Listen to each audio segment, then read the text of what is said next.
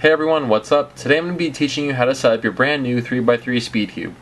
Today we have the Yuxin 3x3 Speedcube, but this will work with just about any new 3x3 that you can get, whether it's a DIY kit or an assembled version. If you have a DIY kit, you're going to go ahead and need to actually get the cube assembled first before you do any of these steps. So, like I said, I might make a future video on how to do that, but for now this is going to be going off of an assembled cube. So, I have a few things here on the screen that you can see. I'm going to go ahead and go over what they are and where they come into place. So first of all, we have a screwdriver. This is going to be used to adjust the cube's tensions. We have a basic Phillips head screwdriver, which will do the job for just about any speed cube, unless there's a special exception like a GANS type puzzle, which has a special adjusting tool. And then we have some lubricant. We have some silicone lubricant here, or we also have Maru lubricant here, which is more of a thinner viscosity silicone. So pretty much any kind of silicone lubricant, whether it be a silicone spray, or a syringe type, or a liquid base like this, anything will work. You just need some kind of silicone spray that is gonna be for plastic, or acceptable for plastic, I mean, because if you use something like that BB40, you're gonna run the risk of melting your plastic over time. If you use something like Vaseline, it'll also eat up the plastic over time, potentially, and gunk up your cube. So, with that all aside, we have the lubricant, the screwdriver, some new logo stickers from Speedcube Shop, and a Speedcube Shop business card, because this cube is from Speedcube Shop. So we're going to go ahead and get started. So this cube is brand new, so we're going to go ahead and first of all open it up and see what we have inside the box. Sometimes these boxes are a little bit tricky to get open. If you don't want to completely trash your box, I'd recommend you grab a pair of scissors and very carefully make sure that your fingers are away from this hole. Slide the scissors in to the flap, slide it towards the edge, and gently wiggle until a flap comes open. You can go ahead and put your scissors back. We should be done with them. Open up the flap and you're good to go. So the first thing we see is the typical instruction kind of pamphlet that we get with lots of cubes nowadays. It has some solutions written in Chinese, which is going to be very irrelevant to most people purchasing these, I would venture to say. So we're going to go ahead and toss this. This isn't going to be necessary. Next thing we have is the cube itself, and there's something else in the box, so you can go ahead and keep this for display purposes. If you don't want to get dust inside of your cube, I'd recommend you keep the box, but if not, you can go ahead and toss this or recycle it preferably. So we're going to move the box aside and focus on the cube itself. So the stickers on this cube are acceptable for my purpose. I'm not going to be changing them out. One thing to note is that some cubes are different in terms of their sticker size, so what you may need to do is get stickers that are appropriate to. Sorry, I went ahead and focus. It's important to make sure that you have stickers that will fit your puzzle before you peel off the stock stickers. Because I've seen in the past people peel off their stickers, they're really eager to put on their new ones, and then they go to line them up and find out they will not fit, which is a bummer. So now's a good time to talk about this. You can see in the light there's some dried up lubricant all over the stickers. This is very common with cubes because they generally come with a very oily factory lubricant, which is kind of messy and is a very low viscosity, so it usually leaks out of the cube when they're sitting in warehouses or during shipping and heat. So what you might want to do is go ahead and wipe down the pieces with a napkin or a tissue. I have a napkin because tissue sometimes get kind of linty, so just fold this and like fourths and just go ahead and get this a light buff. This might require a little bit additional cleaning, but this will get most of the excess lubricant off of the surface of the puzzle. It may not remove the stains, as you can see it didn't in this case. If you really want, you can go an extra mile and really clean the stickers thoroughly. I would not recommend using water because you run the risk of it entering your puzzle. So the first thing we need to examine is we need to get the cube partially disassembled. You're going to want to go ahead and turn the cube 45 degrees. So just like this. And on newer cubes, most of them have torpedo pieces or more complex mechanisms, so it's recommended that you go ahead and stick your thumb in there, get a good firm on the edge piece, and twist it clockwise or counterclockwise to pop it out, and simply remove it. When you do this, it lowers the risk of you breaking any of these delicate pieces, so that's very important to note. If your cube is very tight, which is unlikely, you can go ahead and very carefully shove some scissors underneath the edge piece and to pop it out that way. But like I said, you probably won't need to do that.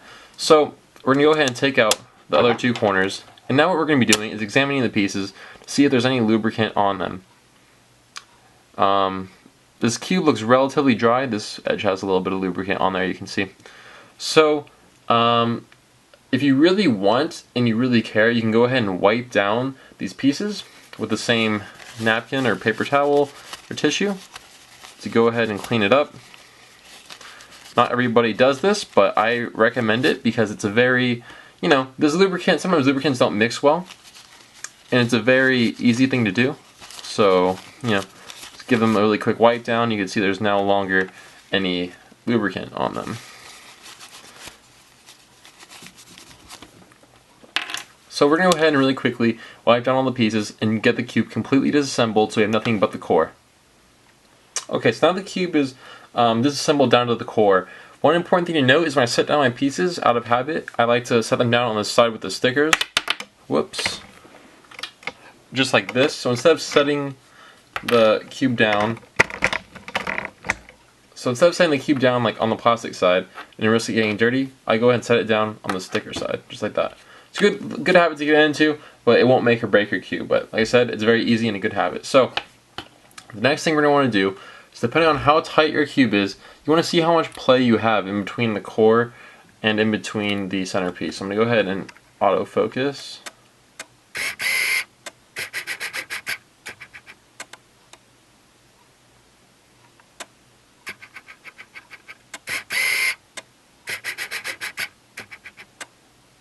Okay, so you want to see how much space you have between the core and the centerpiece, so that little silver gap. So we have an acceptable space to go ahead and use our lubricant. This method is going to be used for silicone syringe lubricants. If you're using a silicone spray, you don't need to do this step. So like I said, if you don't have enough room, I'd say about 1 millimeter's worth of space, you're going to need to go ahead and loosen up the tensions a little bit, but like I said, in this case we don't need to. So if you were to do that, you would just pop off the center caps. Usually there's a little groove like right there. You'd be able to pop it off pretty easily, like so, and which reveals the Phillips head screw. So what we're going to be doing now is going ahead and lubricating all 6 of these centerpieces to get some lubricant in between the core and the centerpiece. So you simply, with one hand, I like to use my pointer finger and my thumb to hold out the centerpiece, like so. And you're going to go ahead, and a little bit goes a long way with this stuff, so you just want to go ahead and carefully put a little bead right in between the centerpiece and the core. And as you release, gently rotate the centerpiece as you release, and it makes contact with the core again. Then just spin the center a little bit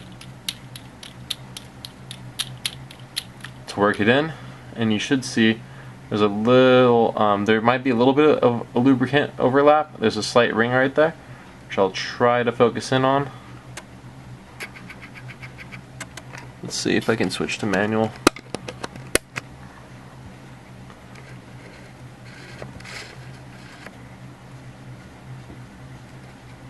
So you can see there's a slight lubricant ring, which is what we want. So go ahead and do this on all 6 pieces, all 6 center pieces.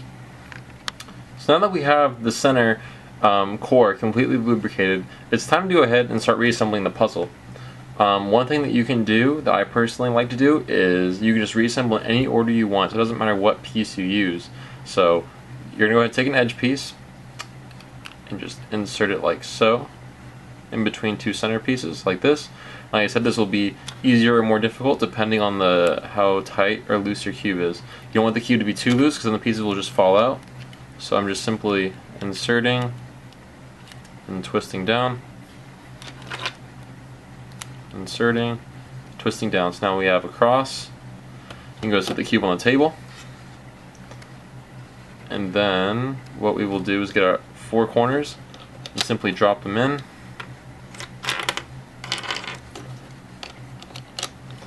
2,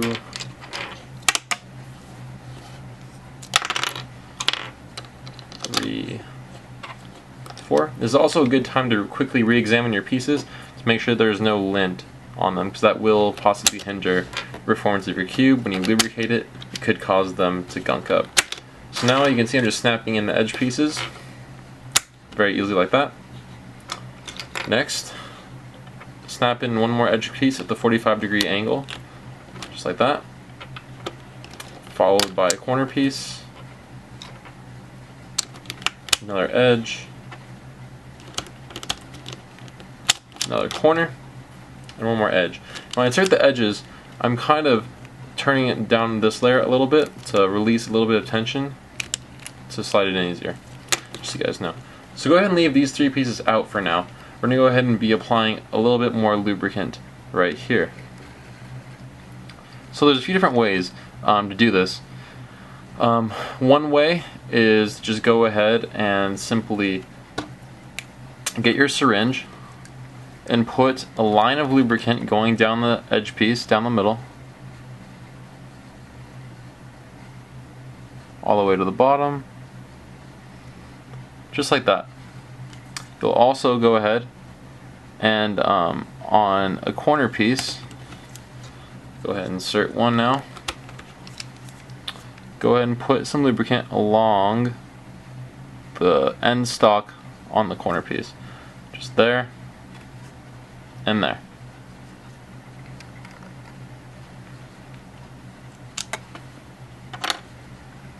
So next thing I'll do is if you need to add or take away more lubricant, you can remove the corner piece if needed.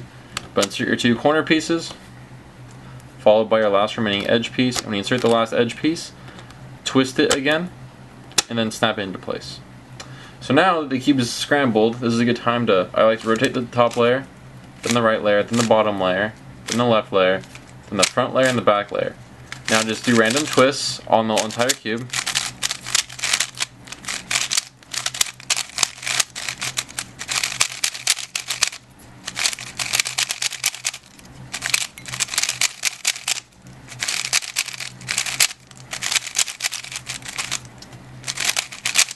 The goal of that is to try to evenly disperse the lubricant, like I said, as evenly as possible.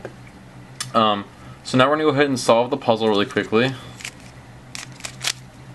There's a chance that we will have parity. So if we do, no big deal. We'll take care of that when the time comes. You can see I do have parity. So what I'm going to do is just flip these corner pieces, and I'm going to just ignore the edge right now. So now you see, obviously, this is an impossible parity case, so you're going to go ahead and remove an edge piece. Try to be careful to not get lubricant on your hands. Reinsert the edge piece. You should be good to go, more or less. I would recommend doing one more last wipe down on the exterior of the cube to make sure that they're getting lubricant on there. I always prefer to start with less lubricant because, like I said, you could always add more. It's a lot more difficult to take away lubricant than it is to add it. So, the last step is, if you ordered from Speedcube Shop, you will receive a complimentary logo sticker if we have supplies that should fit your puzzle. So, like I said, it's an optional step. Depending on where you get your cube, you may or may not have a centerpiece. Let's remove it. I'm going to go ahead and use this plastic scraper blade. We also have these on for sale on the website. I'll have a link in the description. It's a sticker kit that comes with 3 blades and a holder. So you just want to gently scrape off the sticker piece. And the benefit to using a plastic scraper blade like this is that it will not damage the plastic like a normal razor blade would. And it removes most of the adhesive and usually doesn't tear up the stickers. So now the center sticker is removed, I personally like to use a real blade. If you're using a real blade, be careful. We'll quickly decide what shade we want to go with, the blue or the black design. I think we'll go with the blue on this one. So go ahead and very carefully remove the logo sticker from the sheet. And I like to do this so that when you apply the logo sticker, you have sort of a holder to keep it straight. So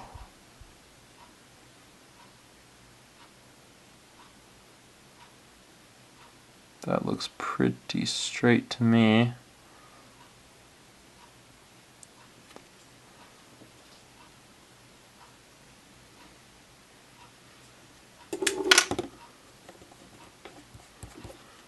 So yeah, that went on actually pretty straight. You can see it's not cut exactly, so you can cut it down if you need. We're working on getting more logos made that are rounded. So now that step is done, just a little bit of customization for the cube. You're essentially complete. This is where the point where you'd want to tension and lubricate, or just tension the cube, excuse me. Sometimes when you get the cube, they're tensioned pretty well from the factory. Like this cube, for example, is pretty well tensioned. It's a little bit loose for my liking.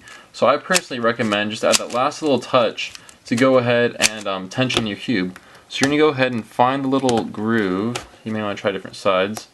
And pop off the center caps. This should be doable with just your fingernails. But if necessary, you can remove an edge piece or something to get the center cap off a little bit easier.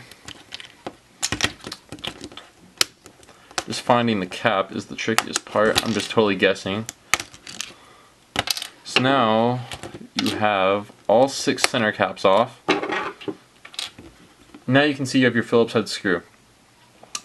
Now to get the tensions about as even as possible without doing a lot of measurements and stuff, what I like to do, and I find to be a pretty accurate method, is you can see not all cubes have this, but most of them do. There is this little ridge right here, which I'll point with the screwdriver. Right here, there's a little ridge, kind of lifted up if you can see that. It's like a cylinder piece. What you want to do is either loosen or tighten the screw so that the upper washer is about as flush or even with that cylinder as possible. So I'm going to go ahead and do that on this side and show you guys what I'm talking about when it's done. Okay, so I have this side about even. And one thing I like to do is I like to keep the Phillips in a plus sign with the plus facing just like this and like this, following the axis of the cube, just to make sure that it's about as even as possible. So you can see it's just about flush with the cylinder. So now what we're going to do is do this on all 6 sides, and then once we have that done, I'll take you to the next step. So go ahead and do this on all 6 sides of the cube. Okay, so now we have it done on all 6 sides of the cube. You can see all 6 sides are even with the cylinder piece. Actually, the red side is a little bit loose, so go ahead and adjust that. Yeah, all sides look good. So now you want to pick a number of 90-degree clockwise turns to do. So when I say 90 degree, this is partially why I like to line up the head of the Phillips. So what I mean by that is this side, this Phillips piece, this notch, is going to end up where this one was, which is a 90-degree turn. So it's going to go from here to there. I count that as 1 turn. Usually 15 is a good number to start off with. You can do more or less depending on your cube, but usually you start off at 15, then you can take some away or add more if necessary. So we're going to go ahead and do 15 turns. So I'm going to show you on this side. You can so there's 1. I'll go ahead and try to refocus the camera. Okay. So 1, 2, 3, 4, 5, 6, 7, 8, 9, 10, 11, 12, 13, 14, and 15. So you can see the Phillips head is still flat, and we have some distance between the top of the cylinder and the top washer. So I'm going to do 15 turns on all sides. I like to go just work your way around the cube. I usually do yellow to white, and then green to blue, then orange to red. So now that we did 15 90-degree clockwise turns on every single side, it's time to test out how loose the cube is. So take a feel, you can pull the cube apart a little bit. It still feels pretty loose. So yeah, it's still pretty loose. You can try some corner cutting. You can see it's a little loose for my liking. So we're going to go ahead and do 5 more 90-degree clockwise turns on every single side and come back and see how it feels. So now we've done 5 more clockwise turns. This should be pretty good. So the cube already feels a whole lot more solid, especially when doing corner cutting. So try out some turns and see how the cube feels. So it feels pretty good, but still a little bit loose for my personal liking. You can go through and fine tune every side.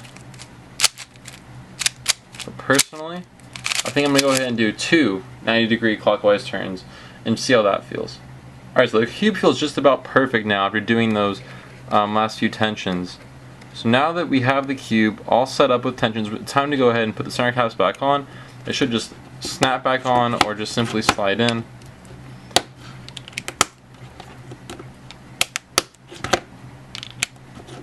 Depending on what cube you have. So now that the center caps are back in, the cube is complete. You can check for pops and last minute things you might have missed, like excess lubricant leaking out or tensions. But yeah, the cube essentially is complete now. If you're going to be using a more water-based lubricant, you can simply just turn the top layer a little bit, turn the bottom layer a little to create a gap, and put a few drops in there. If you're going to be using a aerosol can, you're going to remove a corner and 2 edges like we did in the beginning to disassemble the cube, and do 2 sprays just in towards the core and reinsert the pieces and work it in. So there we go, guys. I hope you enjoyed this video from speedcubeshop.com. Let me know if you have any questions, concerns, or comments down below, and I look forward to talking to you in the next video. See you later.